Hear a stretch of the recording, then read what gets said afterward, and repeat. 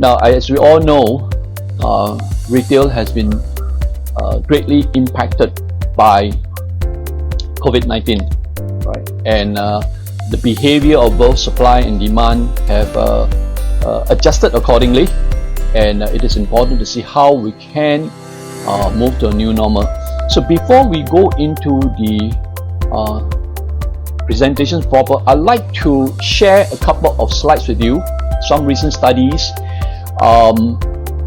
around how we can actually imagine or reimagine the store of the future. And we will recognize that digital disruptions is playing a major role in disrupting retail in two aspects, right? First of all, is really the impact on the front end.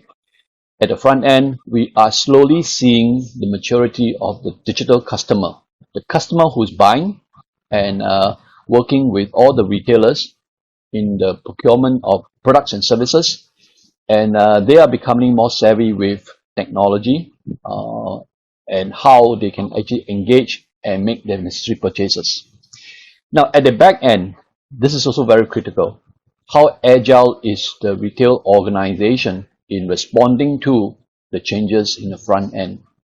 There are many different aspects, and it is also very important to get highly connected so that things can flow through and support the customer accordingly.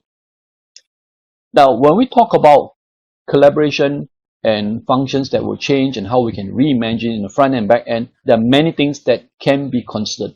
What I show you here is a list of possible considerations, from gamification to digital assistance to wearable technology at the front end, and in the back end, really a lot of analytics and collaboration with partners.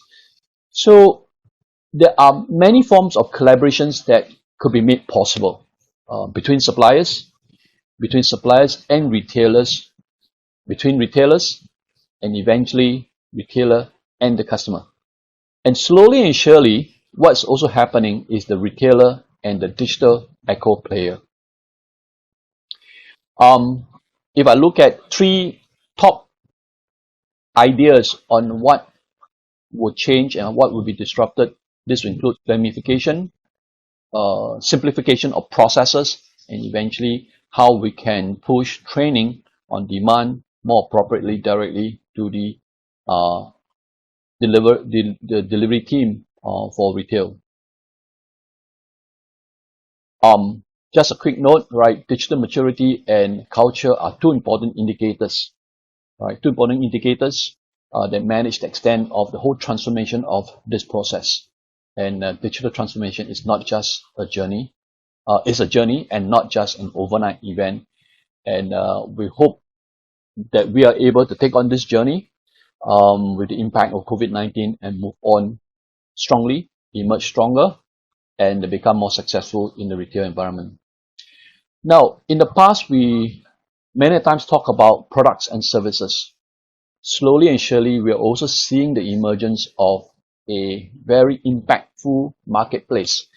And the three components will collaborate together to produce a different set of results that the end customer is expecting. Now, I'd like to talk about four different pieces where the digital component is going to affect us. And here I pull out some material that I recently read from Sapient, right? So Sapient basically suggested that there is the idea of a digital life index. And what we are seeing is that this digital technology is slowly and surely starting to fill the social distancing gap that we are observing with the emergence or with the current situation of the pandemic. And digital technology will play a very important role, very crucial role to bridge between supply and demand. Secondly, we are also seeing that shopping is becoming more personal and probably on demand, with choices made available at the touch of the fingertip, with the internet ability to access different platforms that provide information to the end consumer. We are certainly seeing that shoppers are starting to reprioritize how they would spend, and perhaps at times delay discretionary purchases because they will go and look for more options, right? And again, here the underlying piece of technology is playing a very critical role, and that is the whole aspect of digitalization.